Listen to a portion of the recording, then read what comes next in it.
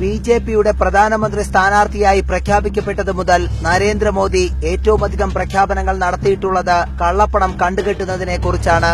അങ്ങനെയുള്ള മോദി കാണേണ്ടതാണ് ബെല്ലാരിയിൽ ഉയർന്നു പൊങ്ങിയിരിക്കുന്ന ഈ വീട്. യഥാർത്ഥ കൊട്ടാരത്തെയും നിഷ്പ്രഭമാക്കും വിധമാണ് ബെല്ലാരിയിലെ MP വി ശ്രീരാമലു തന്റെ വസതി പടുത്തുയർത്തിയിരിക്കുന്നത്.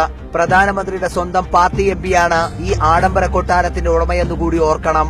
1 ഏക്കർ 45 സെന്റ് സ്ഥലമാണ് മഹാസൗധം പണിയാനായി മാത്രം ഉപയോഗിച്ചിരിക്കുന്നത്. മുംബൈയിലെ അതിപ്രശസ്തരായ എഞ്ചിനീയർമാരാണ് ഡിസൈനിങ്ങിനു പിന്നിൽ. എല്ലാം പൂർത്തിയാക്കി ഇന്നലെ ഗൃഹപ്രവേശവും കഴിഞ്ഞു.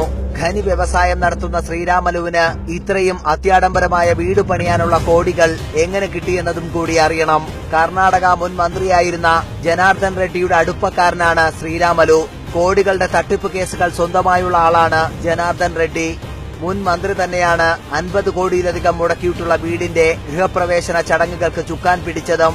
ഇതെല്ലാം കള്ളപ്പണക്കാരെ നിയമത്തിനു മുന്നിൽ കൊണ്ടുവരാനായി രാവും പകലും പരിശ്രമിക്കുന്ന മോദിയും മന്ത്രിമാരും കാണേണ്ടതുതന്നെ.